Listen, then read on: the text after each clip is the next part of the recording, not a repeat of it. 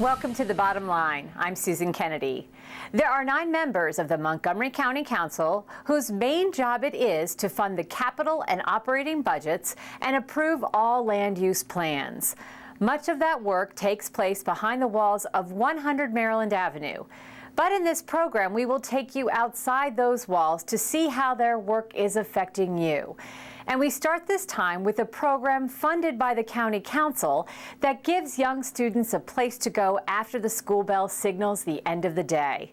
The Sports Academy is focused on providing a safe place to stay with positive role models.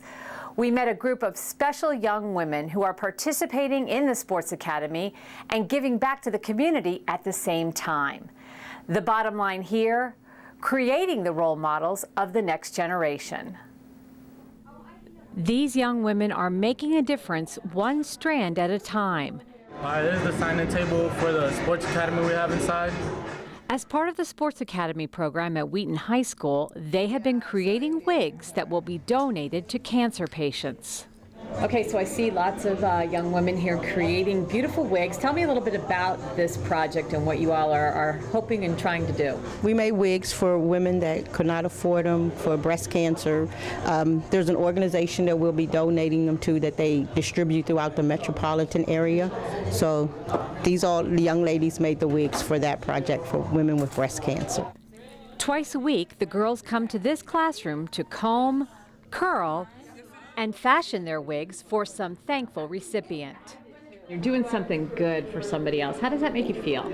I feel like everybody should have that moment when they can say, oh, I want to be beautiful just like everybody else. And I feel like helping cancer patients by making wigs for them, it's just like that moment for them so they can feel like they're like everybody else and not feeling self-conscious about themselves.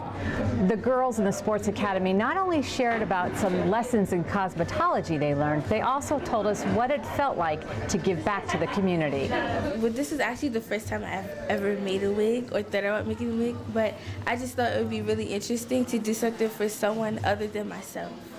It can help somebody in need instead of having always just giving them food or giving them clothes, but giving them something to make them physically look good and feel good about themselves. The Sports Academy is part of a program supported by the Council that's designed to provide positive out-of-school activities for youth so they are not drawn to risky behavior. One of the great things about the Sports Academy is exposure, new experiences, and it's all part of the youth development process, you know, the positive youth development initiative that the county has. And so what we try to do is open our students' eyes to opportunities to help people who are in need, opportunities to give back to the community.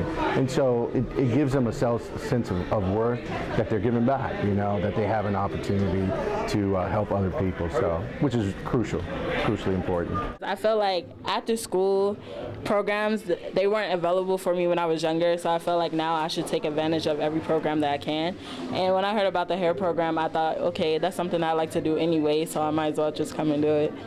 When she learned about how these young women were choosing to spend their time, Council President Nancy Navarro was inspired. Hello, hi, how are you?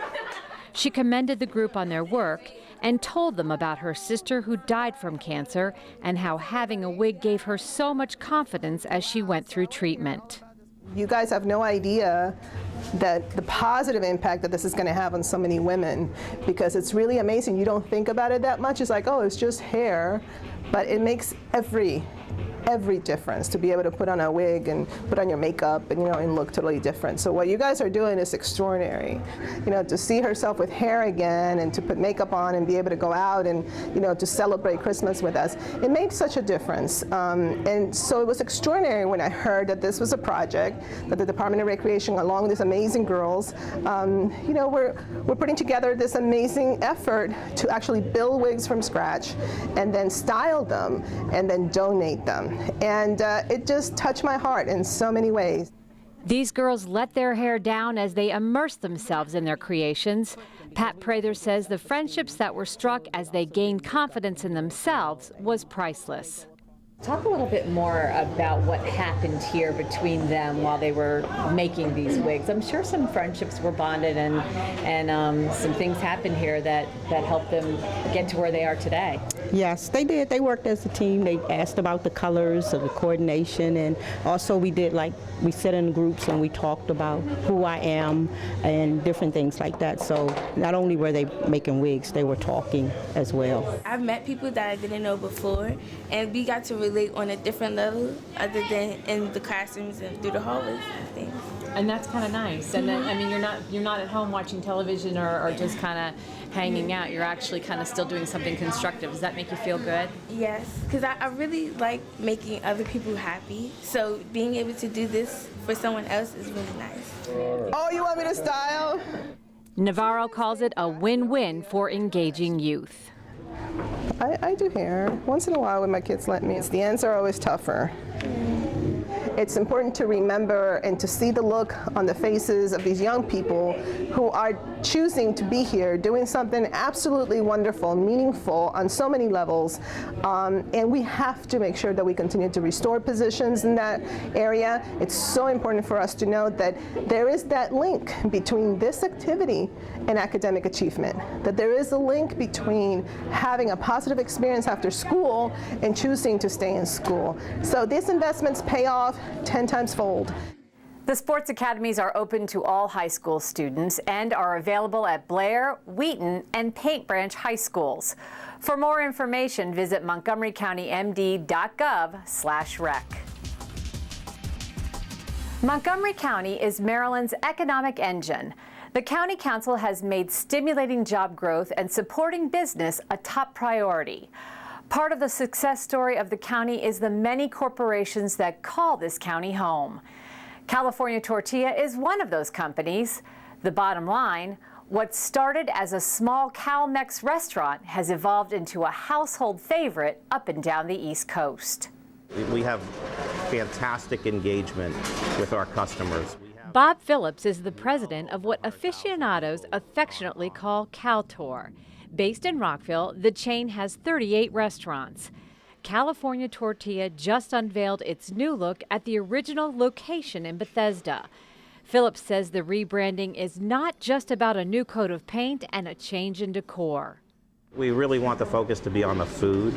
Traditionally, what we used to do was we'd have really bright restaurants, really colorful restaurants. Customers would come in and they would just look around.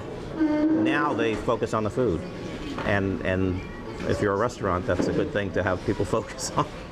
California Tortilla was originally founded 17 years ago by Pam Felix and Alan Cohen.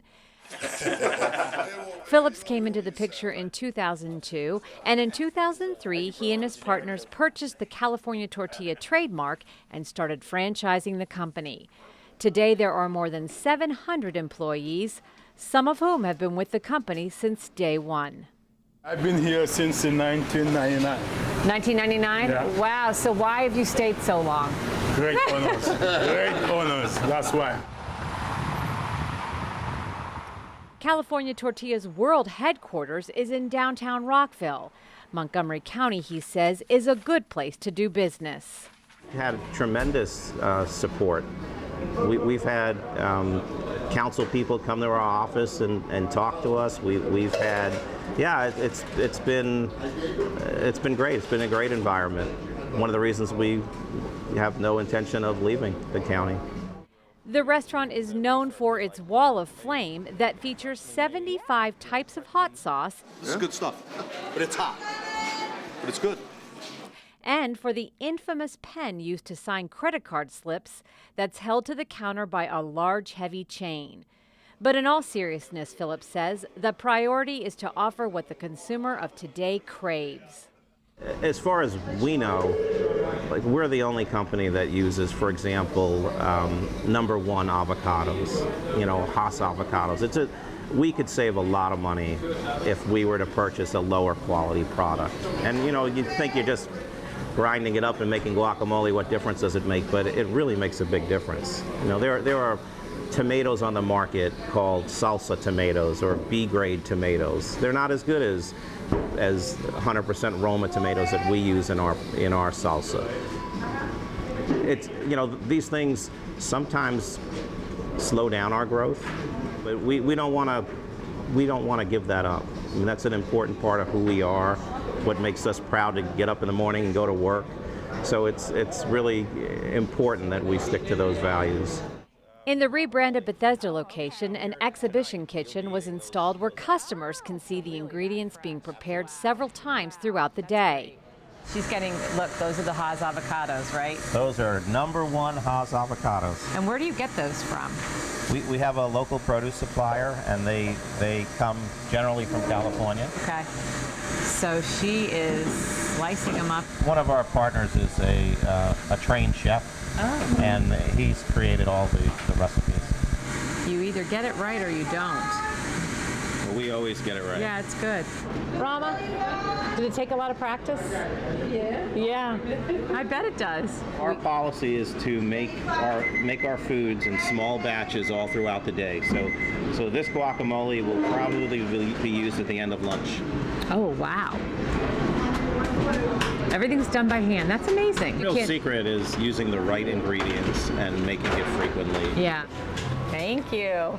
Though most folks refer to Kaltor as a Mexican restaurant, Phillips says they have a broad clientele, and that is what has helped them remain successful even in a down economy.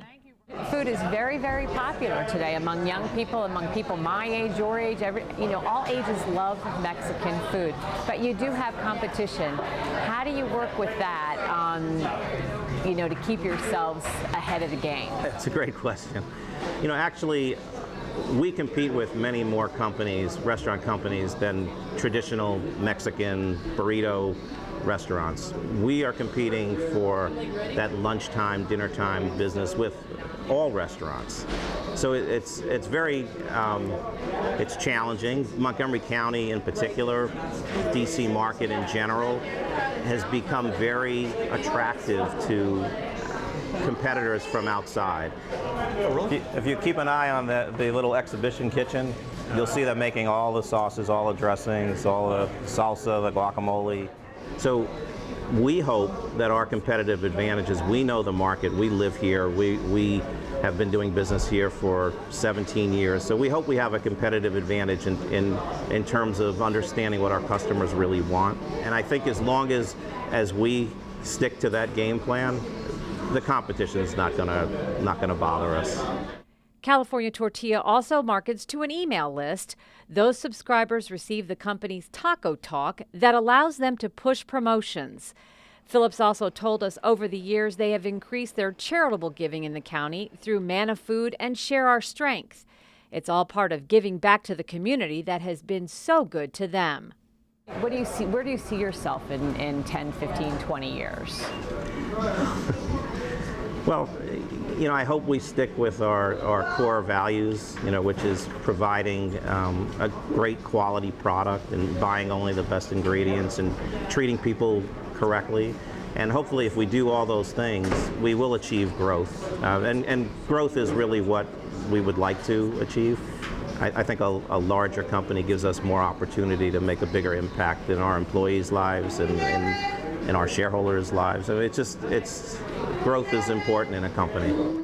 And that wraps up why this Montgomery County business can say more than 5 million sold and still counting. Well, that wraps up this edition of The Bottom Line. For County Cable Montgomery, I'm Susan Kennedy. Thanks for watching.